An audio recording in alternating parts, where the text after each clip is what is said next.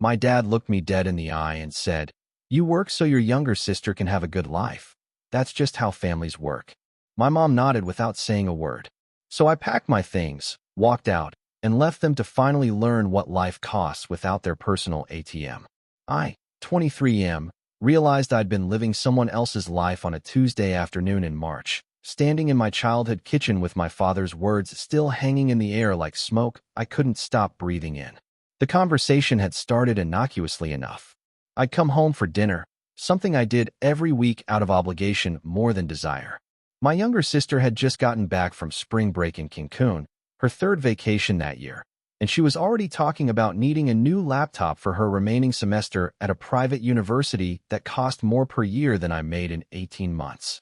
I'd made an offhand comment about how some of us had to work for a living, and that's when my father set down his fork and looked at me with those cold, practical eyes that had evaluated every moment of my life like a balance sheet. He told me I worked so my sister could have a good life, that this was just how families operated. My mother, sitting there in her usual spot at the table, simply nodded. She didn't speak. She didn't have to. Her silence said everything. I'd been 17 when I dropped out of high school to work full-time. My sister was 13, just starting to show promise in academics, and my parents had sat me down then too, in that same kitchen, and explained how the family needed me to step up. My father had lost his job, they said. Things were tight. My sister had potential, real potential, and someone had to make sacrifices. I was older. I was stronger. I understood, didn't I? I'd understood. Or I thought I had. So I got my GED on weekends while working 40-hour weeks at a warehouse, loading boxes that left my back aching and my hands raw.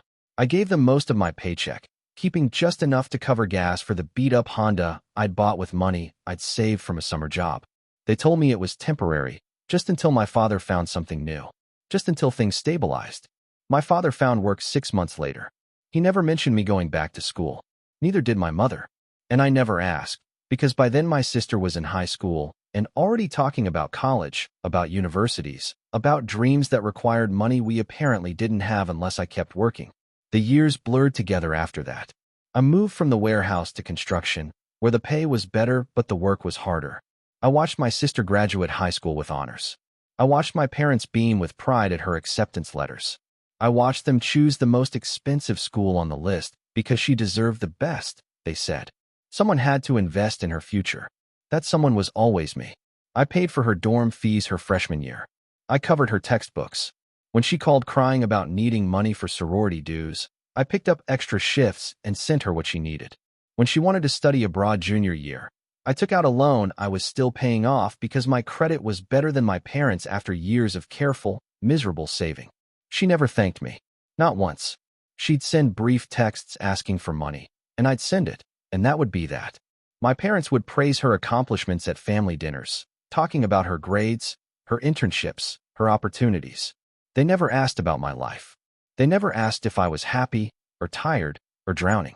I was the foundation they'd built their dreams on, and foundations weren't supposed to have feelings. But that Tuesday, something in me cracked. Maybe it was the casual way my father said it, like my entire existence could be summed up as a financial instrument for someone else's benefit. Maybe it was my mother's nod, that small gesture that confirmed she'd always seen me this way, always known what they were doing and chosen it anyway. Maybe it was just 6 years of exhaustion finally catching up with me. I stood up from the table. My sister was still scrolling through laptop options on her phone, not even listening. My father had gone back to eating. My mother was clearing plates, her movements practiced and efficient. I told them I was done. My father looked up, confused, like I'd started speaking a foreign language. I repeated it. I was done being their ATM. I was done sacrificing everything for a sister who didn't care and parents who only saw me as a paycheck. I was moving out, cutting them off, and they could figure out how to fund their golden child's lifestyle without me. My father's face went red. He started telling me I was being selfish, that family meant sacrifice, that I owed them for everything they'd given me. I almost laughed. What had they given me except expectations and guilt? My mother finally spoke. She asked me to think about my sister's future, to consider what I was doing to her opportunities. Not once did she ask about mine. Not once did she acknowledge that maybe, just maybe, I'd already given enough.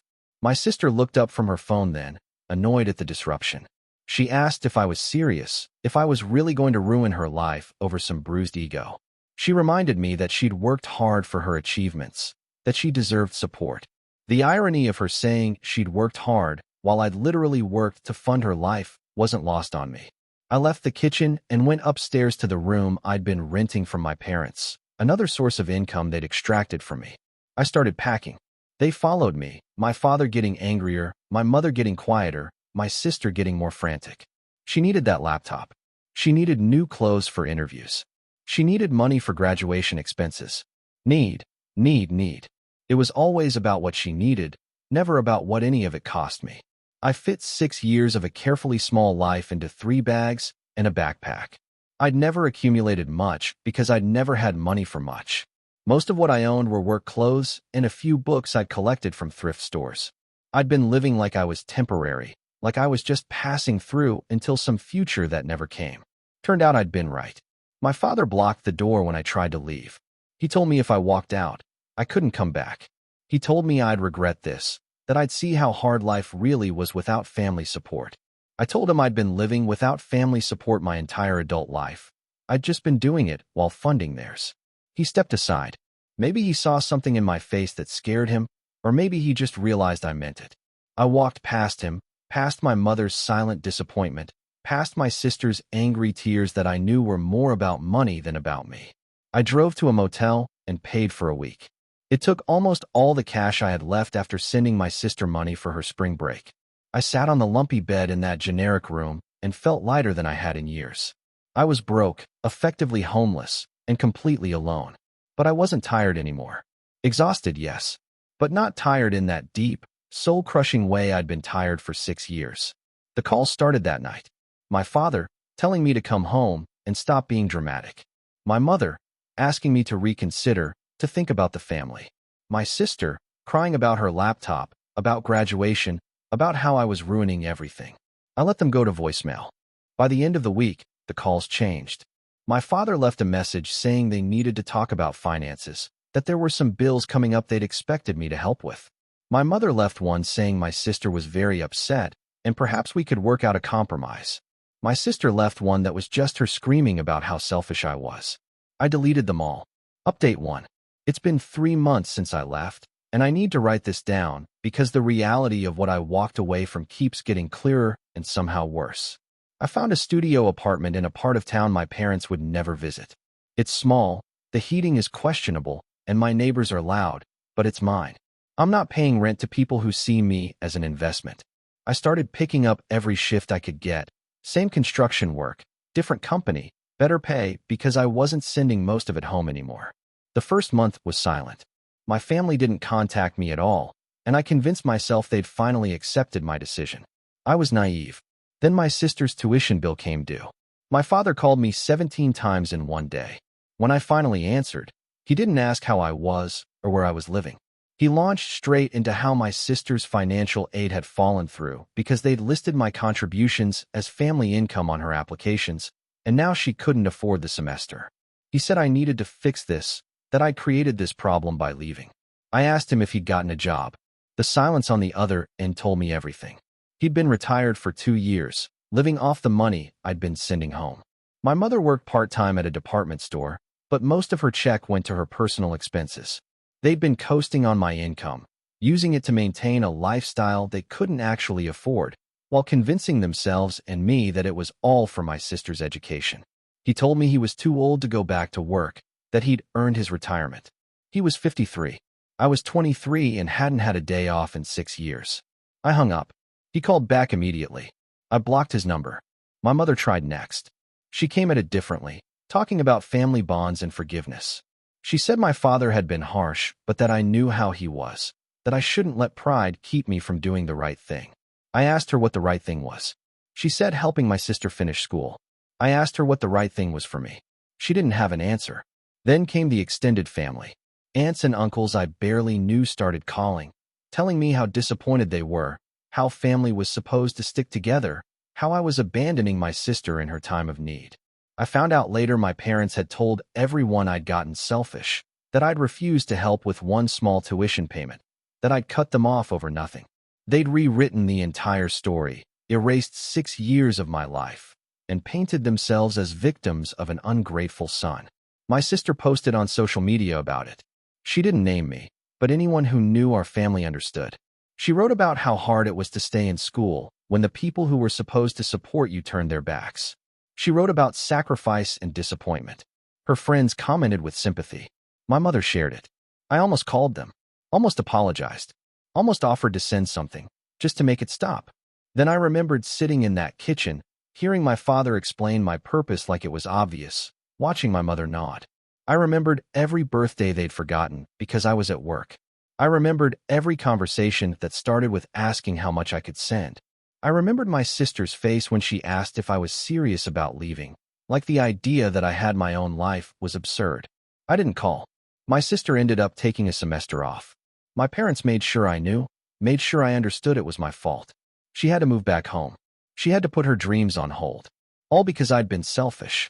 But here's what they didn't tell me, what I found out later from a cousin who actually gave a damn.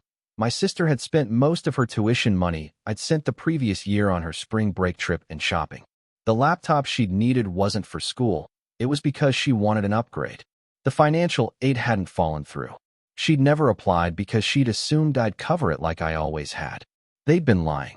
Not just spinning the situation, but outright lying. And they'd done it so easily, so completely, that they'd convinced half my family I was the villain. Update 2. 6 months now.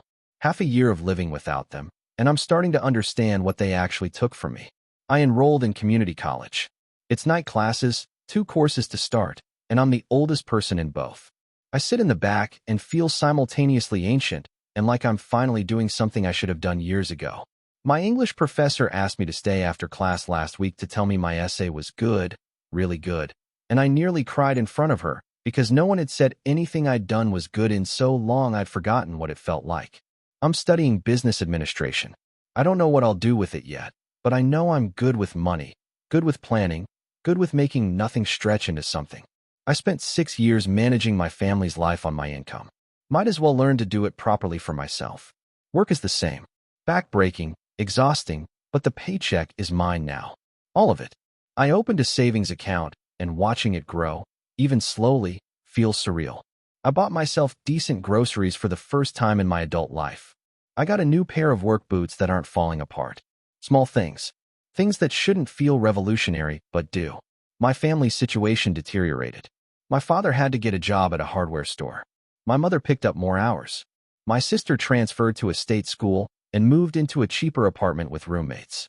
I heard all this through my cousin, the one who'd told me the truth about my sister's spending. She messaged me last month with screenshots. My mother had posted in a local community group asking for recommendations for financial assistance programs. My sister had posted on her social media about how hard it was to work part-time while going to school, like she'd invented the concept. My father had apparently told their neighbors I'd moved across the country for work, maintaining the fiction that their downgrade was anything other than the natural consequence of losing their primary income. They still hadn't told anyone the truth. They were working now, struggling now, adjusting to a life they could actually afford, and they were still pretending it was anything other than what they'd been making me live for years. Then my sister showed up at my apartment. I don't know how she found my address. My cousin swears she didn't tell her, and I believe her. I suspect my mother went through my old mail before I'd fully separated everything. Privacy had never been a concept they respected. She knocked on my door on a Saturday morning. I opened it, and there she was, looking tired in a way I'd never seen her look before. She wasn't dressed in the expensive clothes she used to wear. Her hair wasn't styled. She looked, for the first time, like someone who actually had to think about money. She asked if she could come in. I didn't move. She started talking anyway, standing in my doorway, telling me about how hard things had been, how much she'd struggled, how she'd had to get a job at a coffee shop, and how exhausting it was. She told me she understood now, understood what I'd been doing all those years. She said she appreciated it, even if she hadn't said so before. Then she asked if I could help her out, just a little, just until she got on her feet. Maybe cover her textbooks next semester. Maybe send something monthly for expenses. She promised it wouldn't be like before, that she just needed some support while she adjusted. I asked her if my parents had sent her. She said no too quickly. I asked her again. She admitted they'd suggested she reach out. that maybe I'd be more willing to help her directly than them. They'd sent her to guilt me, to use whatever sister-brother bond they thought existed to extract more money. I told her no. Just that. No explanation, no justification, just no. She started crying, telling me I'd changed, that I used to care about family. I told her I was the same person I'd always been. I'd just stopped letting them use me. She called me cruel. She said I was punishing her for my parents' mistakes.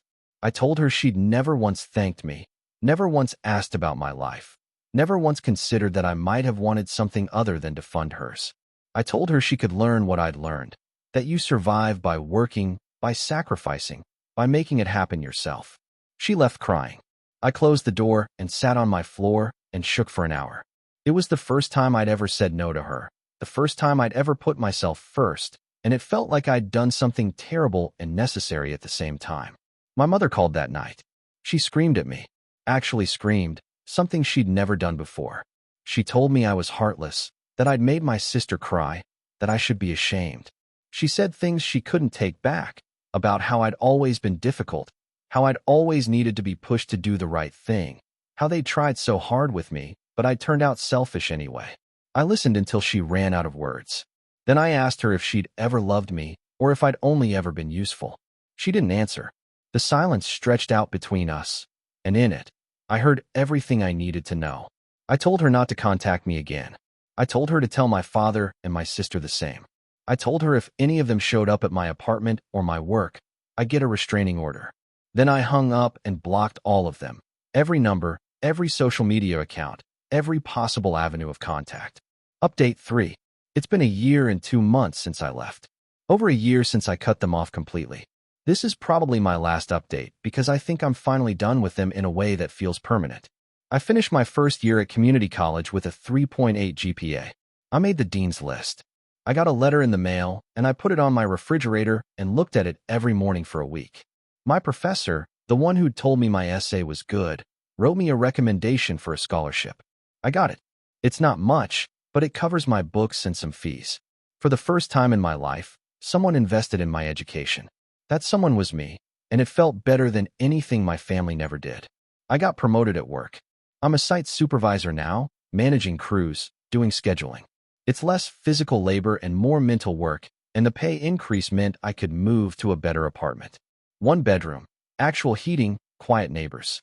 I furnished it slowly, piece by piece, everything bought with money I earned and kept. Each item feels like proof I exist as more than a bank account. My cousin, the one who'd been keeping me informed, told me the final pieces of how things played out for them. My sister finished at the state school. She graduated, no honors, just finished. She's working an entry-level job in her field and living with roommates, complaining constantly about student loans she had to take out her last year. My mother and father are both still working. They had to sell the house, the one I'd grown up in, the one I'd helped pay the mortgage on for years. They're renting now, a 2-bedroom apartment in the same complex where my sister lives.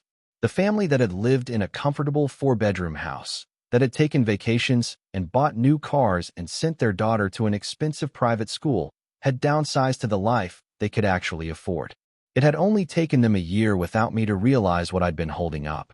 My cousin asked if I felt vindicated. I told her I mostly felt sad. Not for them, but for the person I'd been. The one who'd believed that sacrifice meant love, that being used meant being needed. I'd wasted 6 years of my life maintaining their comfort while treating my own as expendable. But here's what happened last week, the thing that made me realize I needed to write this final update. I saw my father at the grocery store. I was in line, buying actual vegetables and fresh meat, the kind of food I could finally afford. He was 3 people behind me. He looked older, more tired, wearing a uniform shirt from the hardware store. He saw me. I know he did. Our eyes met for just a second. He looked away. Didn't say anything. Didn't approach. Just looked away like I was a stranger. And I realized that's what I'd always been to him. Not a son, just a resource that had run out. When I had money to give, I was family. When I stopped existing. I paid for my groceries and left. I didn't feel angry or hurt. I felt free. Finally, completely free. I'm 24 now. I'm in school. I'm building a career. I'm learning who I am when I'm not defined by how much I can give away. Some days are hard. Some days I'm lonely. Some days I wonder if I did the right thing. if family is supposed to be worth more than my own well-being. Then I remember that kitchen conversation, my father's casual explanation of my purpose, my mother's silent nod, my sister's indifference. And I know I made the only choice I could. I chose myself. For the first time in my adult life, I chose myself. They taught me that families work by sacrifice. They were right, just not in the way they meant. Sometimes the sacrifice a family needs is to lose the person they're bleeding dry, to face the reality of what they've been doing, to learn what life costs when they can't just extract it from someone they've convinced owes them everything. I don't know if they've learned anything. I don't know if they ever will. But I've learned plenty. I've learned that being alone is better than being used. I've learned that the family you need isn't always the one you're born into. I've learned that sometimes walking away isn't giving up. It's the only way to start living. The calls stopped months ago. The guilt attempts ended. My family moved on to their smaller life, and I moved on to building a real one. I don't hate them. I don't forgive them either. I just don't think about them much anymore, and that feels like the best possible ending. To anyone reading this who sees themselves in my story, you're not an ATM. You're not a resource. You're not obligated to set yourself on fire to keep people warm who wouldn't piss on you if you were burning. Family is supposed to be mutual. Support is supposed to go both ways. If it doesn't, if you're always the one giving and they're always the one taking, then you're not in a family. You're in an extraction operation.